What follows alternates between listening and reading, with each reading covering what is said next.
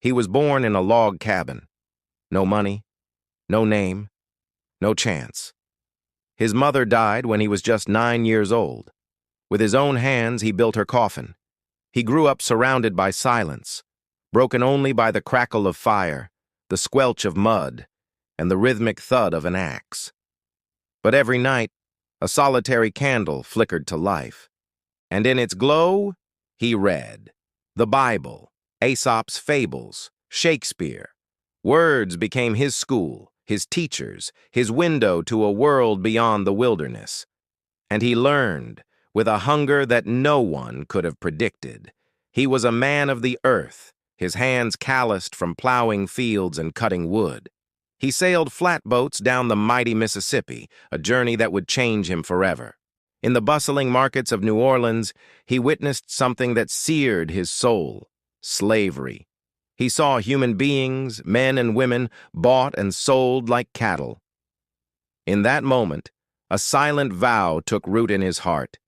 If I ever get the chance to strike that evil, I'll strike it hard. He had no formal education, no wealth to his name. He devoured borrowed law books by candlelight, teaching himself the intricacies of justice. His path was paved with failure. He failed in business. He was unlucky in love. He lost elections time and time again. But each stumble, each setback, only forged his resolve. As he famously said, "I am a slow walker, but I never walk back." His persistence was his greatest strength, a quiet, relentless force moving him forward, step by step.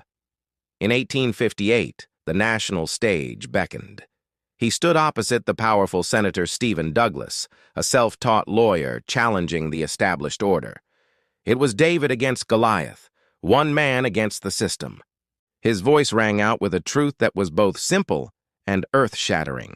A house divided against itself cannot stand. Those words were a fault line, splitting the nation in two. Half the country saw a prophet, a man of courage and conviction. The other half saw a dangerous radical, a threat to their way of life. He was admired and despised in equal measure. Then, just 2 years later, the impossible happened. The boy from the log cabin, the failed businessman, the lanky lawyer with the worn-out suit, was elected President of the United States. He was the poorest man ever to enter the White House, a living embodiment of the American dream. But there was no time for celebration. The nation he was elected to lead was already breaking apart. The South seceded. The first cannons roared across the harbor at Fort Sumter. The Civil War had begun. The presidency aged him. In the dead of night, he would wander the lonely halls of the White House, his shoulders stooped under an unimaginable weight.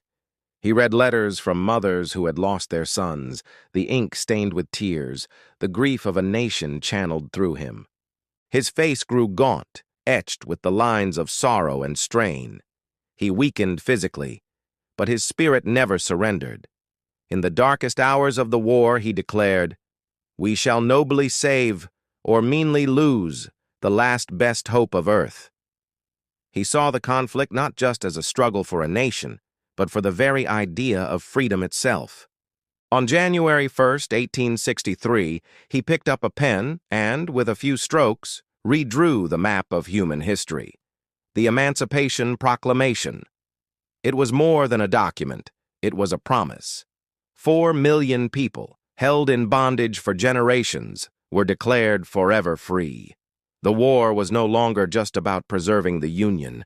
It was now a fight for humanity, a crusade for the soul of America. Later that year, he stood on a battlefield consecrated by the blood of thousands.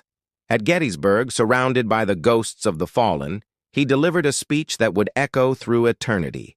He spoke for just 2 minutes, a mere 272 words. But in that brief moment, he redefined the purpose of their sacrifice and the promise of their nation. That government of the people, by the people, for the people, shall not perish from the earth. 2 minutes, and immortality. In April of 1865, the guns fell silent. The war was over. The Union was preserved. A weary nation looked towards a future of healing and reconciliation, guided by his compassionate vision. He sought to bind up the nation's wounds, with malice toward none, with charity for all. One evening, seeking a moment of respite, he went to the theater. A single shot rang out, and then silence. Abraham Lincoln died at dawn just as the sun rose over a nation now, finally united. He was born in a cabin of dirt and logs. He died a legend, revered by the world. His life was a journey from dirt to destiny, from the deepest darkness into the brightest light. This was Abraham Lincoln, the man who rose from nothing and in the end saved everything. Thank you so much for watching. If this story moved you, please consider liking this video and subscribing to our channel for more stories of the figures who shaped our world.